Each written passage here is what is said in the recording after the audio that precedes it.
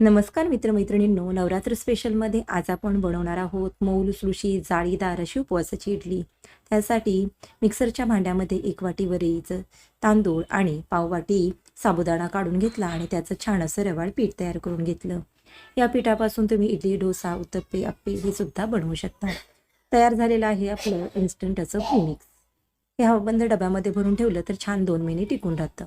त्या ठिकाणी मध्यम आकाराचे 2 बटाटे, कच्चे बटाटे घेतलेले आहेत, ते छान असे कट करून घ्यायचे आहेत. मिक्सरच्या भांड्यामध्ये काढून याची छान अशी मिक्सरला पेस्ट तयार करायची. पेस्ट तयार करताना बिलकुल याच्यामध्ये पाणी घालायचं नाही.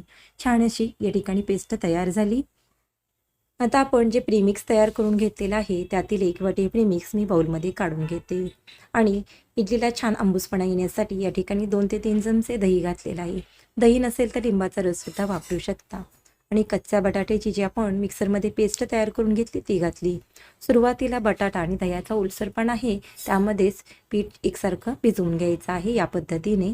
आणि लागेल तसं थोडं थोडं पाणी घालून छान असं बॅटर तयार करून घेऊयात. सर्वात शेवटी याच्यामध्ये थोडंसं मीठ घातलेलं आहे आणि या पिठाला 10 ते 15 मिनिट आपण रेस्टिंगसाठी ठेवायचं आहे, जेणेकरून पीठ छान फुले. बिना सोडा ही इडली तयार केलेली आहे.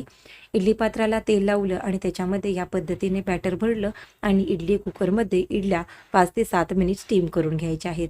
7 मिनिटामध्ये इडली छान अशी वाफलते आणि छान अशा आपल्या पांढऱ्या शुभ्र हलकी फुलकी आणि जाळीदार अशी इडली या ठिकाणी तयार झालेली आहे.